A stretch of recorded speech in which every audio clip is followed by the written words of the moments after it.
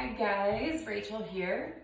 I want to talk to you today about a couple different exercises that I do to work on my inversion practice. So these are exercises you do after you've warmed up and after you've done some core exercise as well as some wrist stretching. So anytime you do inversions, you want to make sure you have nice length in your wrists. So you're doing some rolls, you can take your hands to the mat, fingers back towards your knees, things like this. I have a whole video that I'm making just on wrist stretches, but you want to make sure you're warmed up, your wrists are warmed up specifically, and then core warm up is going to help you a lot when it comes to holding and maintaining inversion. So things to keep in mind before you play with these exercises in this video. Another thing to say, this video is a bit more advanced, so if some of this stuff is like not happening for you, no big deal. This is something I've been working on for a long time as far as just inversions in general, especially after coming back from having a baby where my core was just like, what is a core?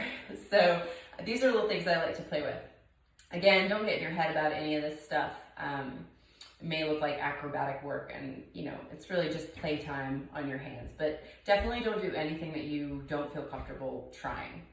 So one of the first things I like to play with when I'm working towards my inversion practice is wrist taps. So I'll take my hands shoulder width distance apart, and you can do this with your feet on blocks as well. That can be really helpful.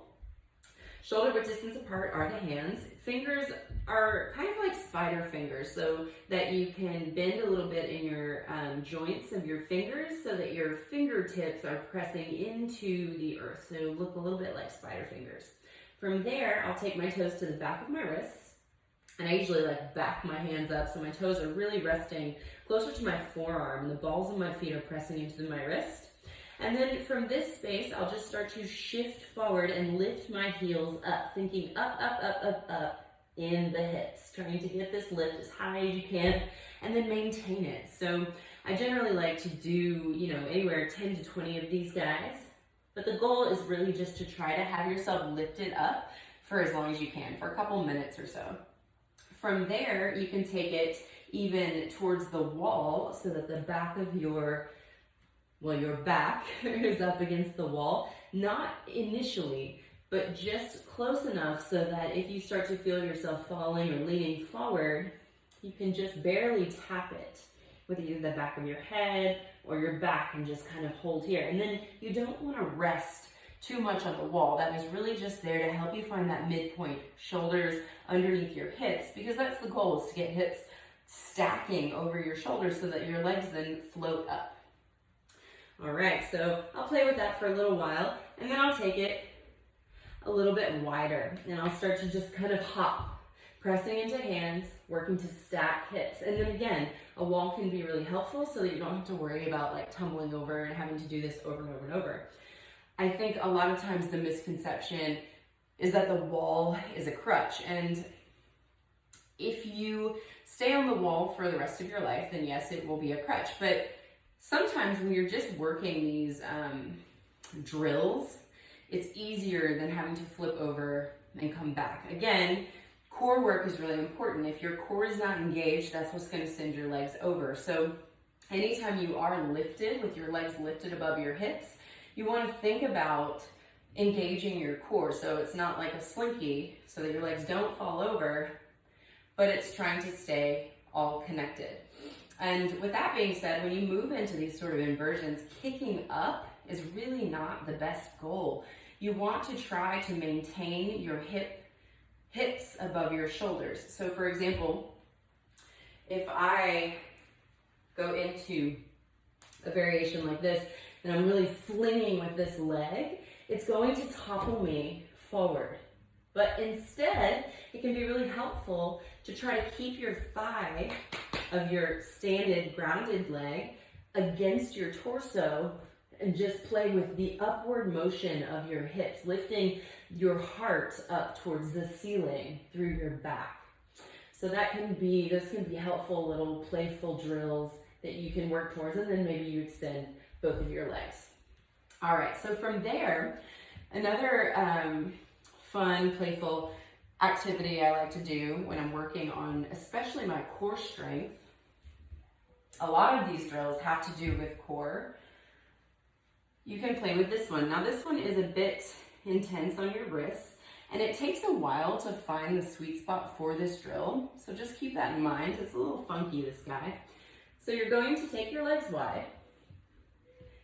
You'll take the back of your shoulder blades. So right at your shoulder blades, your rhomboids, your thoracic spine is on the earth. Your hands are planted on the mat as well, but they're not underneath your shoulders. They're actually a bit forward.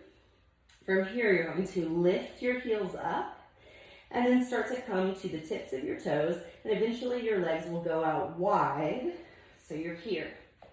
You play with lifting legs up and then taking the feet back down towards your wrists. Little tap, back up, and again, little tap, back up, little tap, back up. And I generally only do about 5 at a time because it is so intense on my wrists. I have to then give it a moment, lengthen back out. So that is definitely an exercise that comes with a disclaimer, because your hands are further away, you're getting quite an angle at your wrist. Be careful with that. It is a great exercise though for your core, and you can do it with your hands the other way. But if you're doing that, no matter how you're doing it, you really want to press your back into the wall. Again, lift up, play with tapping, lift up, play with tapping. So you may want to do 5 one way and 5 the other way.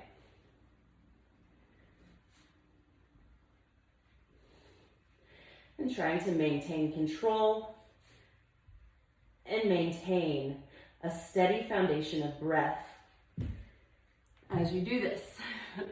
All right, next one I like to do, again, definitely a core thing, and just a little counter wrist stretch. So you know, you can take wrists together to touch, roll them on the balls of the wrist.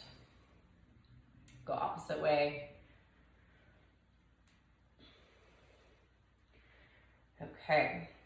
So for this next one, I like to use some sort of a towel or something that's going to slide along the surface that you're on. These are simply pike variations. So you'll have your foot to the towel, you'll come to your plank pose, and then you're just going to work to drag the feet up and take it back down. Drag the feet up, hips are staying lifted, pressing into your hands, and take it back down. Drag up, take it back down. Up, try to keep shoulders stacking, back down. Up, back down. And I'll generally do that until I feel quite winded. So always work to your edge. You know, everybody's gonna show up differently, and every day you're gonna show up differently than the day before, and that's in your own personal practice. You don't have to compare yourself to others, because you on a daily basis are going to change. All right, another option, I don't have matching towels right now, is to take a running situation here. So you're back in your plank and you're just going to work to run in and out, maintaining really good alignment through your chest, broadening through your clavicle, your collarbones. Inhale, exhale, breathe, and just keep it moving. Do it for like a minute if you can. Anytime you're doing this stuff, like push yourself to your edge and then move on to the next one. All right, so the next thing I would like to offer up is, no matter what you're trying to do, inversion-wise, you're gonna have to build the strength in your core, like we talked about, but also in your shoulders, arms, wrists, hands. So we are not often standing on our hands. So it's really important that you spend the time building that strength. And for me, you know, that looks like weightlifting, push-ups, extra things like that to build the strength, but also holding the pose. So if your goal is a handstand, give yourself a hold in a handstand. And the best way to do it, if you can't maintain it on its own, which, I mean, I can't maintain mine on its own for a long period of time, is to do it against a wall. So what I'll do is maybe I'll start, say I'm trying to work handstand, I'll come into my handstand against the wall. And you can do good alignment here. Like you could walk your hands all the way to the wall and have like perfect handstand alignment. But honestly, that's not what I'm trying to build here. What I'm trying to build is the strength in my arms, the strength in my shoulders. So it is good to practice good alignment, but at first, I'll just try to hold this for like 15 seconds. And then maybe I'll do that for a week, and then maybe the next week I'll do 30 seconds. It really doesn't matter to me so much what my legs are doing. It is important to start to create the stack, hips above your shoulders, but more important to me right now, for this reason of doing this pose right here, is to build the strength in my arms, supporting my body for a prolonged period of time. And again, like weightlifting can be a great way to supplement and create that strength, but also holding the pose for up to a minute can be great too. So maybe you start, the first week or two, 15 seconds a day.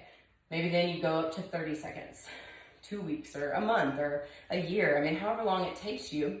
If these are your goals, again, this stuff is like, it's just playful yoga tricks. They don't make you a better person. They don't make you a better yogi, but it is a fun way to challenge your body. And that is why I'm so drawn to them, especially because for the longest time I was like, that is just not possible for me. And then I started doing it and I was like, okay, well, can't isn't really something that I want to bring into my yoga practice, because I continue to be proven wrong every time I say, that's not something I can do. However, there are poses that I just know are not something that I'm interested in, such as like having my leg behind my head. That is just not something for my own practice that I'm super interested in, and so I don't practice it, and it's not a big deal, and it's not an I can't situation. It's more of I know my body, and I know that's not something that is going to serve me in the best way. So just be mindful when you're moving towards your goals in yoga. Make sure that they are safe goals, but also, don't limit yourself just because you feel like you can't. I don't think that's a good enough reason. So moving on, if your goal were forearm stand, it would be the same principle. You would want to come to your forearm stand against a wall, perhaps. You could even like have your feet on a couch. Like if I had a couch right here, I could just have my feet there, because you're working to shift your weight into your arms in the position that you're working towards to build strength. And you'd hold it for 15 seconds, 30 seconds, 60 seconds, whatever your goals are, or wherever you are landing today, and just work to hold it for a prolonged period of time. So those are just a couple tips. There's so many ways to prep for different poses, and this is also very general. This could go for a headstand. So like if your goal were headstand, you would do the same thing. Put your head, assume the position, and then come against the wall and hang out for as long as you'd like. So I'm going to be workshopping specifically handstand press, forearm stand, and headstand in different videos, but this one is just a brief overview of different ways that you can kind of create stability in your body to work towards these different inversion practices. So I hope you enjoyed it. I hope it was helpful, and I'll catch you next time.